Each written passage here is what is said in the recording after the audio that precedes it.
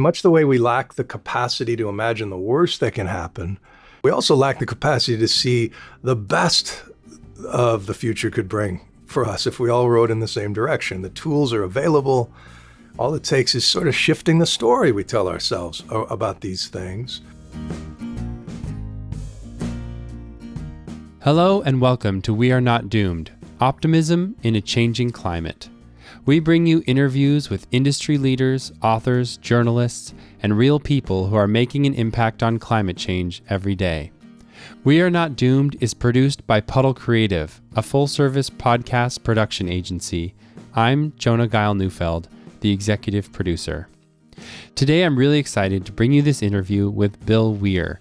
He's the Chief Climate Correspondent at CNN, and he's written a new book called Life as We Know It Can Be: Stories of People, Climate, and Hope in a Changing World. We talk all about his book, which started as letters he wrote to his newborn son, River, in 2020. My son was born the same year, so we talk all about how climate change and COVID affected these new kids' lives, and also about the work that he's done over the years to cover different climate change stories, the sad stories, the happy stories, and everything in between. Bill, of course, is a great storyteller, and you'll love all the tidbits that he has in here to share. I hope you enjoy it. Give us a follow on Apple Podcasts, Spotify, or wherever you find your podcasts. Here's our interview. So, Bill, welcome to We Are Not Doomed. Thanks for being on. Thanks for having me, Jonah. I love the title. Yeah, thank you. And I love your new book, Life as We Know It Can Be. I connected with it on so many levels. The first, I really have to say that I got a little emotional reading. I think it's like the beginning intro chapter where, and just to give people a little bit of context, part of the structure of the book is that you're writing letters to your newborn son, River, who was born in 2020. And Correct. Kind of started as these Earth Day letters, right, that you wrote to him. Yep. And in the beginning, you talk about his birth in 2020, and I also became a new father in 2020. My son was born in August of 2020, and it made me immediately think, oh my gosh, we are never going to have like enough therapy to recover from that year, because so much happened in terms of how it kind of shook the world. And then, at least for me living out west, my son was born, and then we had just like this heat and wildfires a month after he was born, horrible smoke for about a week. That was just, COVID is one thing in terms of feeling like, oh, what world did we bring him into? And then climate change really was the other thing. So maybe just to start off, tell people like how the book came about, why you decided to write it, and the inspiration for it. Sure. So yeah, this is my first book because I'm very lazy. I've been in TV most of my life, sort of writing for the screen and writing on a very different deadline timeline scale. But I took over the climate beat in 2017. Most of my career, I'd been a generalist and had the great fortune to be given documentary series and got to travel the world. And anytime I had to cover something very dark, there was always another story to balance it out, something lighter, something in the entertainment world or whatever. But in 2017, CNN decided to become the first network to create a chief climate correspondent role. And I had sort of resisted that. I'm an omnivore. I like all beats. But then I realized this beat is the mother of all beats. We think of it as a menu item when pollsters come around on election year. Like, how do you rank climate in your list of worries? I think it's the whole restaurant. Everything else, foreign policy, economics, travel, transportation, shelter, all of these things were built for a planet in balance. And that planet, sadly, is gone now. And so I jumped at it. In the first couple of years, I really immersed myself in the fire hose of peer-reviewed dread. There's just all this science, and you go and meet with these paleoclimatologists and have a couple of glasses of wine, and they get emotional, and you understand, you start to see this through the eyes of normally reticent academics and scientists and experts, and that becomes overwhelming. So that basically led to these Earth Day letters, right? And River comes along, much to our surprise and delight in 2020. I have a daughter, Olivia, who's 16 years older. Mm-hmm. And my partner didn't think, she could become a mom. And we were just so blessed when he showed up. And it gave me a sort of a reset on how I see the world, right? And with my daughter, she inspired my show, The Wonderlist, when I looked at her and realized she was about 11. We share a birthday, and I realized she's going to turn my age in the year 2050. So I want to go to the wonders of the world and wonder what will be left of them. And so same kind of thinking happened when I'm holding River, height of the pandemic, looking out at a world in lockdown, and realizing this little bundle is going to live to see the 22nd century. And that summer, followed. You had the fires up in Portland. Mm-hmm. I was covering the George Floyd protests at that time as well. Just so much pain and anger. And so just as a cathartic exercise to kind of mark this seismic moment in history, I started these Earth Day letters of apology. Like, I'm sorry we broke your sea and sky. Welcome to the party, but I'm sorry for all of this. But I'm so glad you're here because we need all the good help we can get. And there's also all this positive stuff that's happening that we don't get to talk about nearly enough. And that I found the greatest advice to cover the climate beat, in my opinion, came from Mr. Rogers, who said anytime he saw a scary event on TV, his mom taught him to look for the helpers. Mm-hmm. There's always helpers. Now I get to meet these people, rushing into disasters. But then I get to meet all these other helpers behind the scenes in laboratories and green tech startups and investment funds and activists and folks trying to help this huge problem. And over time, enough happened on the ground. The Inflation Reduction Act passed. Policies were shifting. The price of clean energy was just plummeting. And in the end, I came away way more hopeful than I ever thought I would be on this topic. And Dr. Martin Luther King, we remember him most not for saying, I have a nightmare. Everybody knew what the nightmare was. It was like he had a dream. And much the way we lack the capacity to imagine the worst that can happen in a place like Maui with a wildfire that is just, otherworldly, or hurricanes that get stronger and stronger, we also lack the capacity to see the best of the future could bring for us if we all rode in the same direction. The tools are available. All it takes is sort of shifting the story we tell ourselves about these things. And so that sort of was all percolating in my mind and eventually became this book. Yeah. Yeah, speaking of the stories that we tell ourselves about these things, one of the things that I know you've talked about a number of times is pluralistic ignorance.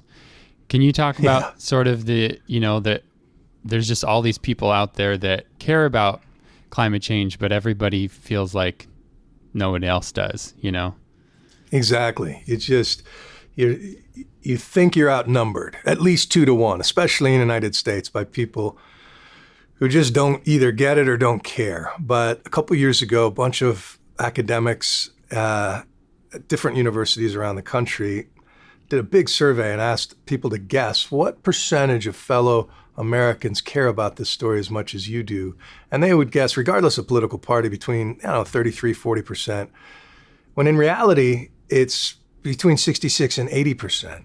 Even 75% of Republican voters are in favor of climate action, sensible climate action. So you think you're outnumbered. Turns out you're surrounded by allies you never knew you had. And they call this pluralistic ignorance. And I think it happens for a lot of reasons, especially with the climate conversation, because it has been deliberately politicized for so long. Right. The people profiting from the status quo like the fact that we don't know really how to talk about this. And you don't want to be, the buzzkill at the cocktail party or the morning drop-off by bringing up climate change. I mean, is there more repellent, 2 words these days? And I think we got to start these conversations, and a lot of times we can start them without using those 2 words and connect with people around shared values, around shared reverence for our local hiking trail or fishing hole or farmer's market. Stuff that we all agree on is super special, but may not connect the dots to a climate imbalance. Right. And that gives us so many openings into that conversation in ways you hadn't considered before. It just takes a little shift in the approach. And for me, it's come just by trial and error, going out into the country to kind of cover this beat in this story and being surprised time and time again by the people who may not get it all the way, or by the people who absolutely do, but just to have no capacity and no way to plug in with their community around this story.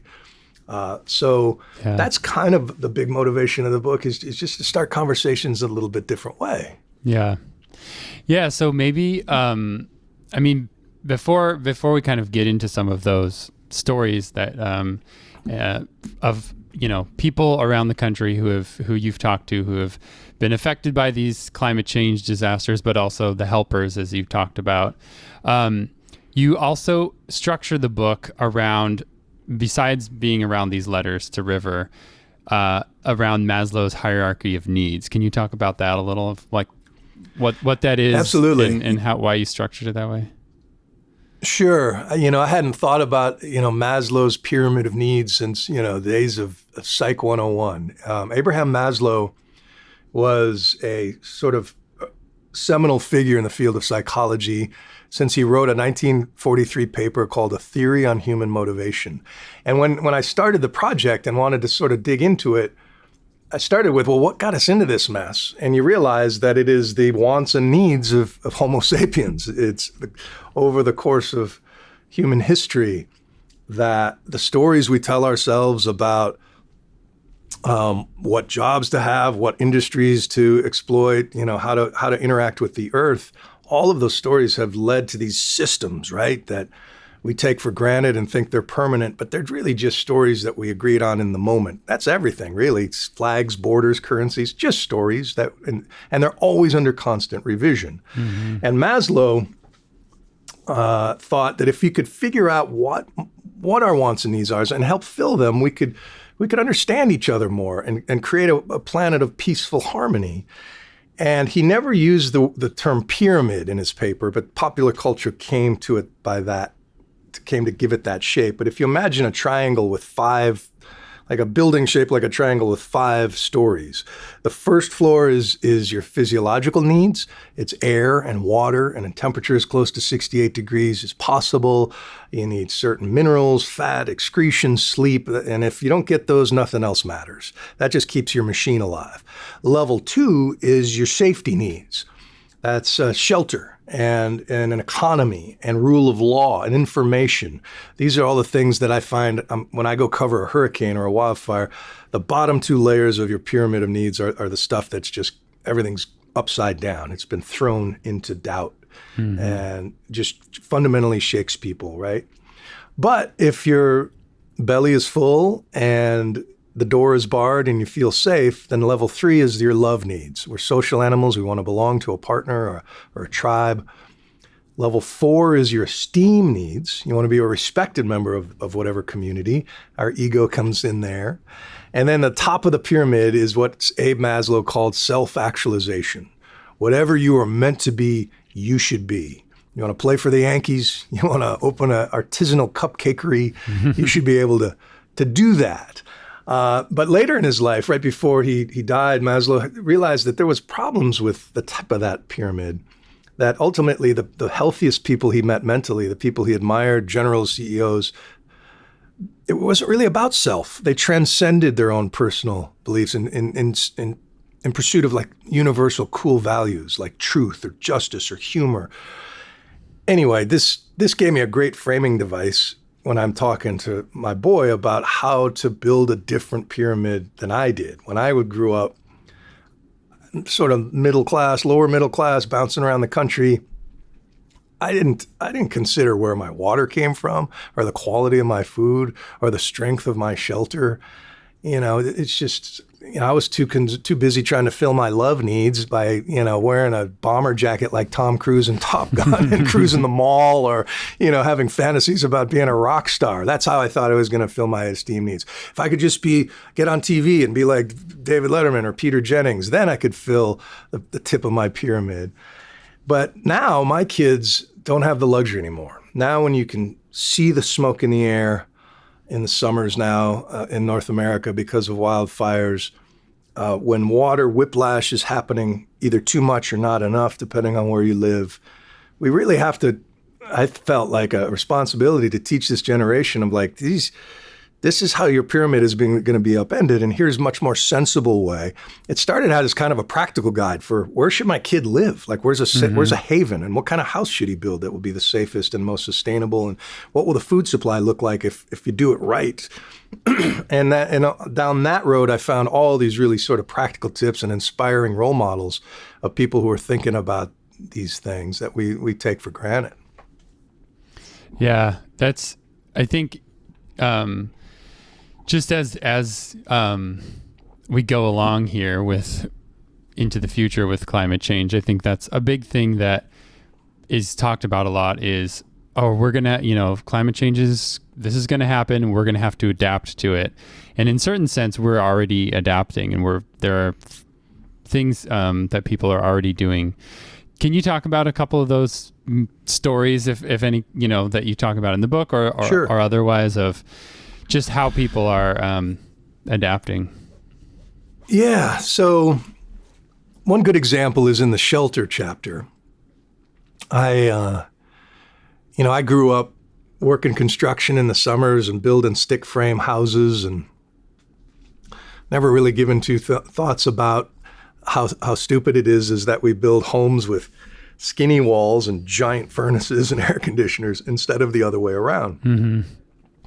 And in this country in the 1970s, when the oil embargo happened after the Yom Kippur War, one of my earliest memories was waiting in a gas line in my dad's pickup truck, and him cursing OPEC, which I thought was some evil Irishman. But at that time, in the 70s, a team of researchers at the University of Illinois said, well, if we can't up our energy supply, maybe we can cut our demand. And what if we could design a house that used 2/3 less energy than average in a climate like Madison, Wisconsin? And they ran with early computers these models and came up with what is now known as sort of passive house construction, a house that has such tight, thick, well-insulated walls and like an envelope ceiling, walls, floor. And if you orient it to catch the sun and southern exposure, it becomes basically a box of sunshine that, if built well enough, you could heat with the warmth that comes off your appliances, or body heat in many ways. And we just don't build that way. And so, understanding wanting to see this in practice led me to a neighborhood in Arvada, Colorado, where they tried to be the first net zero community in the country by building these what are known as passive homes there, an American version of that. And it became an interesting story about them fighting with the new developer and keeping natural gas lines out. But when I got to step into these houses they have sort of high-tech ventilation systems, so there's always fresh air, but it's so efficient that it captures the energy from the exhaust air and uses it to heat or cool the fresh air that's coming in. And in wildfire season, a well-built passive house can have the cleanest air in the whole zip code. But now we have to build them fireproof, and we have to build them stormproof, right? And I met a woman named Annette Rubin, an NFL mom, who married a Seattle Seahawk. She's from the Pacific Northwest, up in your neighborhood, had never been through a hurricane before, but her husband retired from the NFL, and they settled in his hometown on the Florida Gulf Coast. And 12 weeks after she had her first baby, Hurricane Michael came roaring right at them. And she was Googling, what is the building code in my town? Can my house survive? It was a new house. Can my house survive this Category 5 storm? And turned out it couldn't. They were only coded up to Category 3. Mm-hmm. Luckily, the storm turned, but it shook her up enough that this woman, Annette Rubin, with no experience in construction or business at all, went down a rabbit hole to try to figure out, how can I build a hurricane-proof, disaster-proof home. What are the houses that survived Hurricane Michael? What are they made of? What are the systems? And a year later, she found this technology out of Italy that uses basically blown concrete, like shotcrete or gunite. It's the kind of sprayable stone they use to make swimming pools or train tunnels.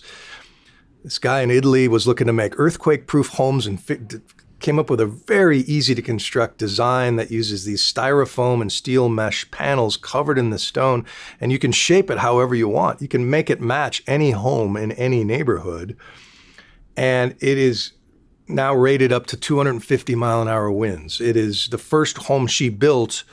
She created a business called Vero Building Systems. Her first customer was the police department of Houma, Louisiana, way down in the bayou, because they wanted a bulletproof headquarters for their cops. So she came up with something that's bulletproof, which sadly is a selling point in modern America, tornado-proof, hurricane-proof, way more fireproof than most construction. And that just was such an inspiring example of somebody turning their anxiety into real value. And not just action, but valuable action to prevent other moms from being as stressed out as she was. And the business has just taken off. And there's, so many ideas like that of just people asking the big questions. And for her, she was an outsider who looked around at her neighbors who she described as having the frog in the boiling pot mentality. They just had made peace with the idea that hurricanes are part of living on the Gulf Coast. But she's like, I'm not going to do this every year and worry about my kids. There's got to be a better way. And there are so many people like that in so many different sectors, tweaking around the edges. And it starts with a new story. Yeah. That just brings up for me, I think, there's a lot of us out there who are concerned with climate change. As you said, pluralistic ignorance. There's many more than we know are out there concerned with climate change. But even if we are, often it becomes, debilitating, sort of the worry, where you feel like a little depressed about it. And so you're like, what can I do? I'm just one person. Right. So what would you say, and maybe this is also a question of sort of what you want people to really get from the book. What would you say are your, just sort of your motivation for people or a takeaway for people reading the book, and then, how to feel like they can take action? I think, people so often, they ask me, what can I do? I'm one person, or, I really try, I compost, or right. I ride a bike to work. And I think that stuff is great. But if you don't do that because of where you live and it's impossible for you to ride a bike to work, that's fine too. Ultimately, so much of the problem now is being generated by corporations. And so you could fit the decision makers of the C-suites of the biggest mega polluters on a couple of buses, and if we could get those men and women to come around, gosh, it would do so much good. So, but for the average person out there who just wants to be a good neighbor and good citizen, my answer is, well, what are you good at? What do you like to do? Because again, this is a story that touches everything. And so if you have a head for numbers or you're a CPA, maybe you could donate some of your time helping out your local Audubon chapter's bookkeeping, as they try to bring back a species, or do a census of wildlife. You can help out with those folks. Or if you are really engaged, if you're kind of a busybody and you want to like to spread the tea to your neighbors, maybe you're the one who goes to the utility board meetings and understands what your energy mix is in your town and who's influencing it and how you can motivate your neighbors for something better.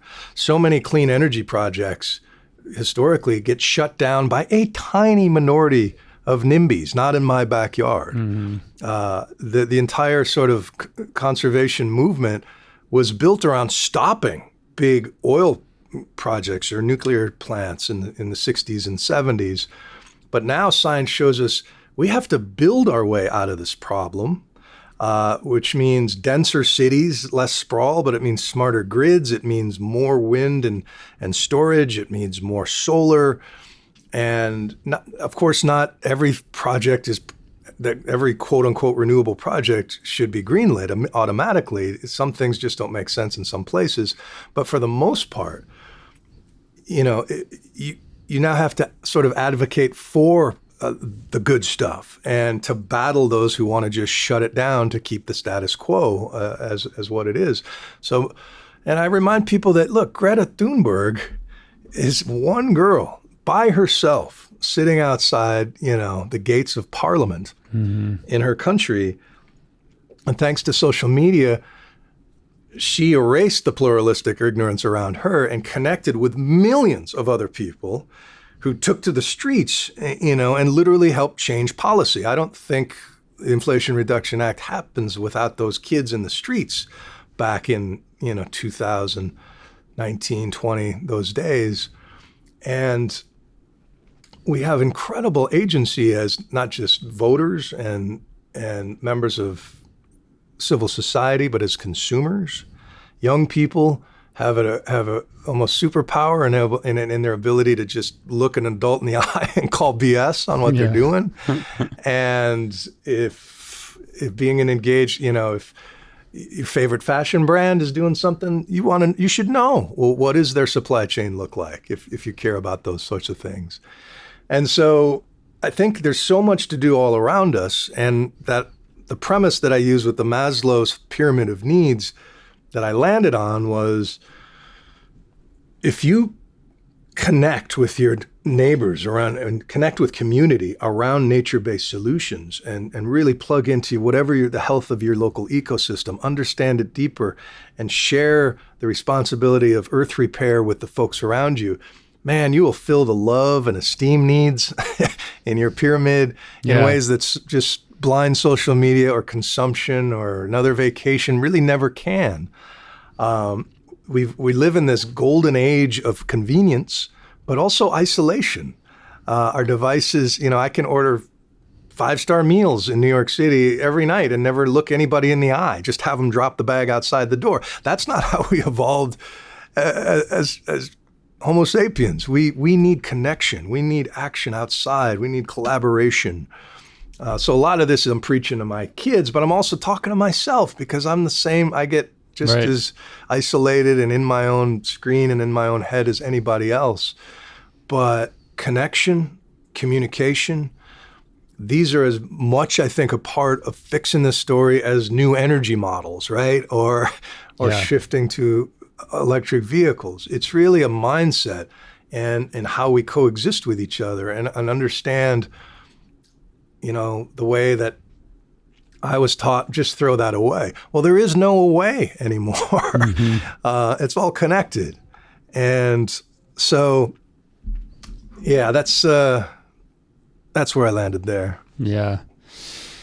And I think, as you said, communication is just as important as all the other stuff. And I hope that, people read your book and it becomes a part of the story.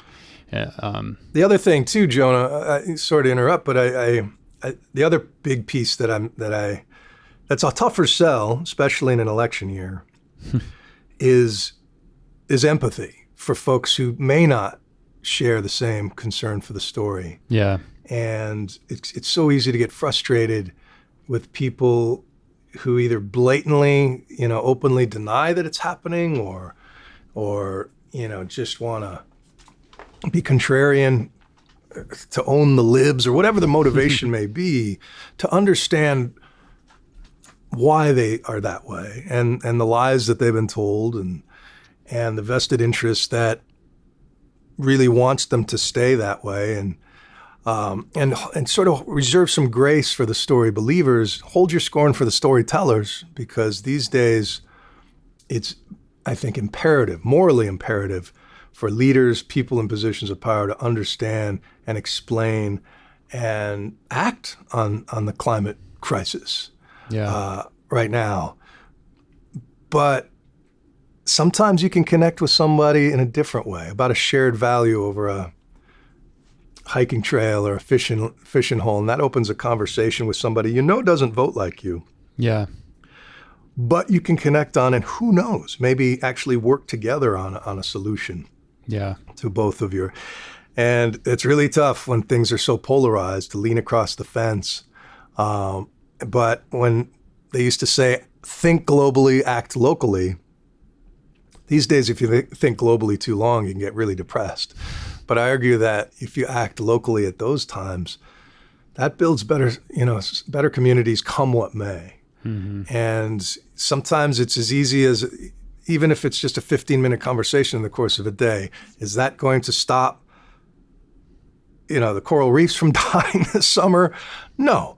But it's one step towards a better future. Yeah.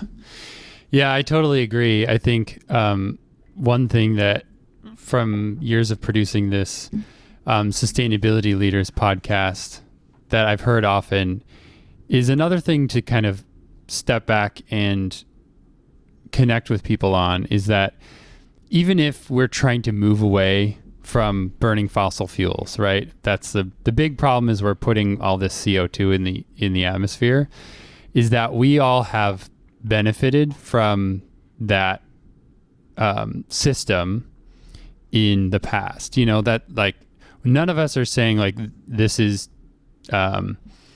we just want to burn it all down to the ground. Like, society has been built on this. Like, we all benefited from driving cars and doing stuff like that. Yes. And it's not something that we want to just like burn to the ground. It's something that we all, our society has come to a certain place because of it. And it's just that it's dangerous, and we need to wean ourselves off of it quickly. That's what makes it so difficult. It's right. Such a huge sort of psychic lift for us to make peace with the idea that the very fuels that built the modern world and expanded human lifespans and brought billions out of poverty is now slapping back to kick us in the teeth and is shortening lives. The best analogy, I've struggled on this beat to come up with the right language and descriptions that just connect with people and give people that light bulb moment. And a couple of years ago, I was profiling different carbon removal startups and around the country for a special I called How to Unscrew a Planet. And I'm sitting on a dock in Maine with the guy who was the head of this ocean repair company. He was a fisherman scientist named Marty Odland. And I was bemoaning the fact that, global warming is not really, it's horrible branding for an existential crisis, right? People like warmth. And nobody's afraid of the greenhouse effect. Greenhouses are where we grow yummy tomatoes, and flowers. And it's not really like mobilizing for a world war, because the Nazis, it's easy to get people fired up to go fight the Nazis. Mm-hmm. It's different when the enemy is systems and habits and entire economies and the old way of doing things. And Marty goes, it's a Godzilla. It's a carbon Godzilla. And that was this light bulb moment for me to just use that analogy that we uncorked this monster from the bowels of the earth, which at first has helped us do a lot of the heavy lifting, but now has grown so big, this trillion-ton carbonzilla, that it's ruining everything good. It's killing our fish and our farms and melting our ski resorts and causing all this chaos. And we have to get mad and go kill that, chop that thing up and bury it back in the ground from where it came from. And that was a sort of a beautiful framing device for me, because it's sort of like, is your business model making Carbon Godzilla bigger today or smaller? What are you doing to limit the size of this monster? And there's no there's plenty of judgment to go around, but so much we break off into shirts and skins and argue at each other, and you have to do it this way, and that's net zero is not net zero-y enough for me, and I hate wind because I love birds, and I'm anti-nukes from way back, and I don't buy it. And when in the end, the mission for all of us, job one, is to just, number one, stop making Godzilla bigger.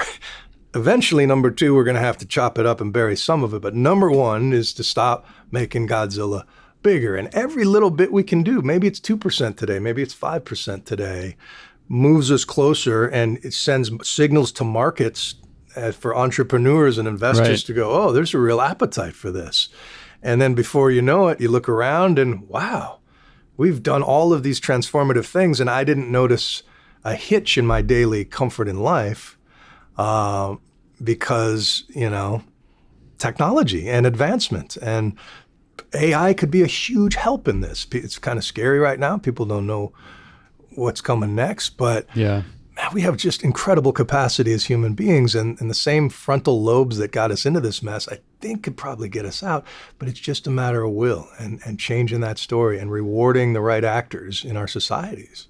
Yeah. I think another thing that I've thought about recently, going back to the beginning of our conversation, both of our sons were born in 2020, just to give hope for people, is that COVID, of course, all the horrible things that happened, the silver lining there is that in COVID, we have an example of a time when our entire global community mobilized overnight to do something. We all decided we needed to, stay indoors and stop going to huge social gatherings, and we just did it. And It was really, this kind of story we told ourselves, and so we overnight kind of made a change. And so when people are like, how are we ever going to change, it's like, well, we did it in 2020.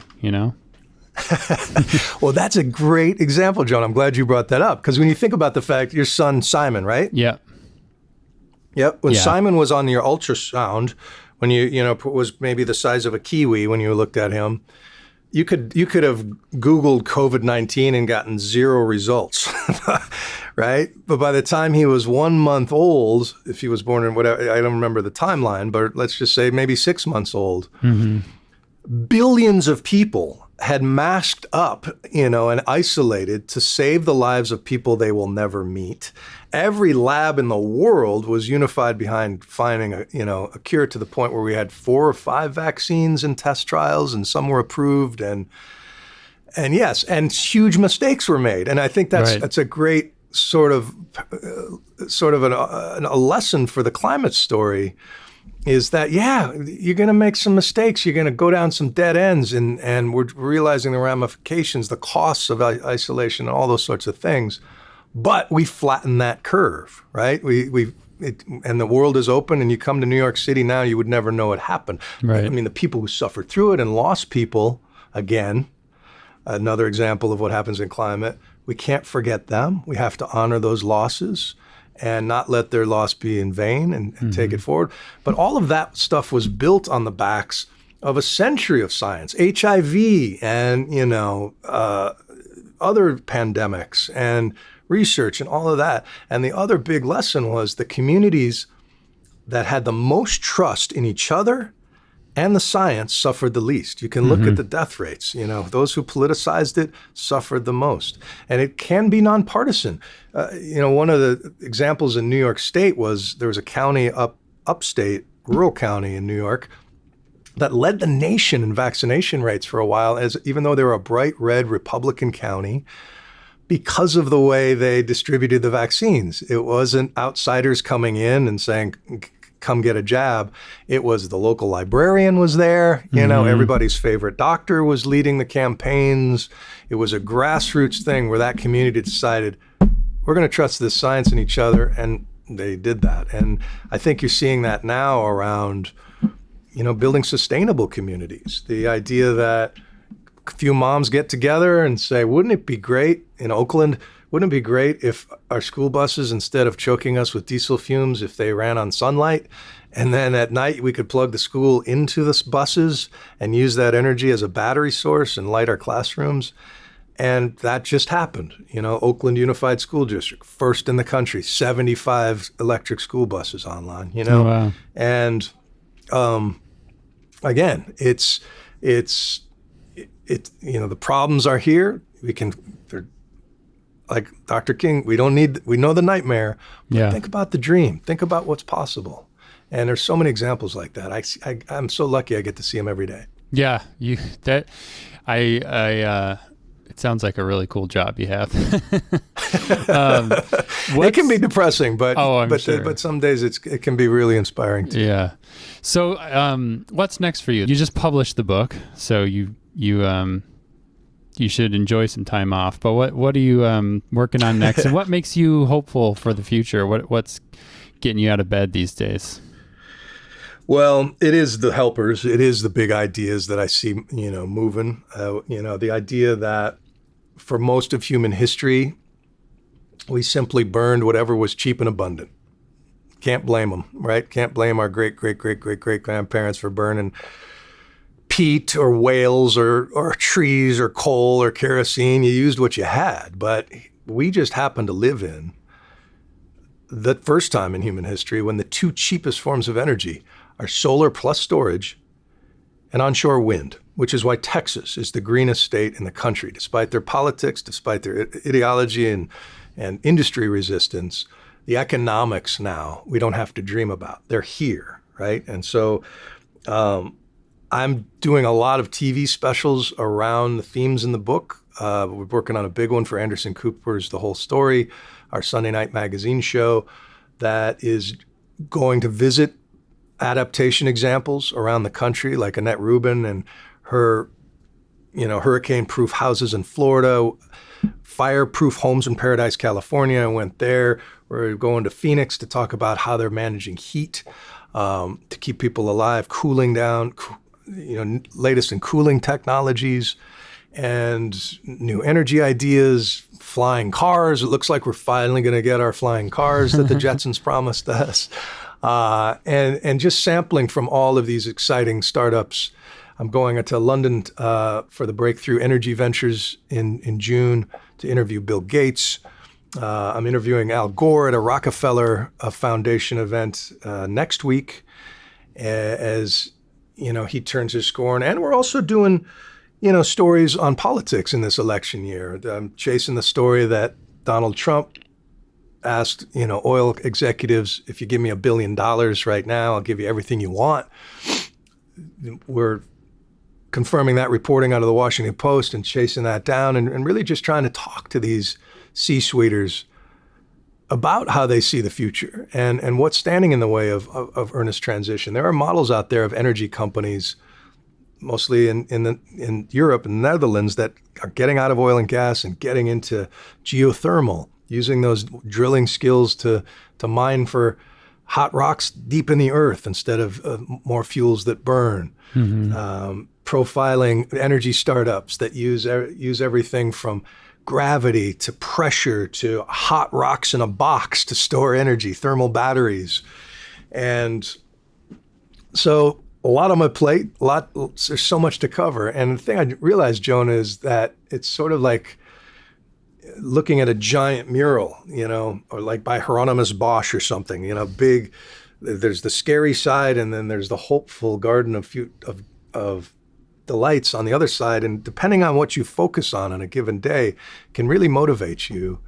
And now there's just so much good to focus on, and you can really chart the progress. And I don't want to sound Pollyanna. I mean, what's happening in the oceans right now with the temperatures, what's happening to coral bleaching events, what's happening with bigger storms and flooding events all around the world, it is here and it is real and people are hurting. But we can, every 10th of a degree, every 100th of a degree of overheating that we can prevent can save entire ecosystems, can save your kid's favorite animals, Mm-hmm. And so I'm enthused and trying to wake up every day with more wonder than worry. Oh, that's wonderful. Thank you so much. That's a lot to be inspired by and to feel optimistic about. And I do hope that Simon, my 4-year-old, and River, your now 4-year-old too, can grow up in a world where we've figured it out to some extent. I think the world is obviously going to be a different place, but thank you so much for your time. If people want to find the book Life as We Know It Can Be and learn more about you, where should they go? You can go to billweirclimate.com, or I'm on all the social medias at Bill Weir CNN. And I'm on a TV screen near you most days if CNN is on in your home or local airport, and out there trying to tell the biggest story ever told. Awesome. Thanks, Bill. Thank you for listening to We Are Not Doomed. I'm Jonah Geil-Neufeld with Puddle Creative. To find more episodes of the podcast, go to wearenotdoomed.com. You can find us on Spotify, Apple Podcasts, or your favorite podcast app. Until next time, have a great week.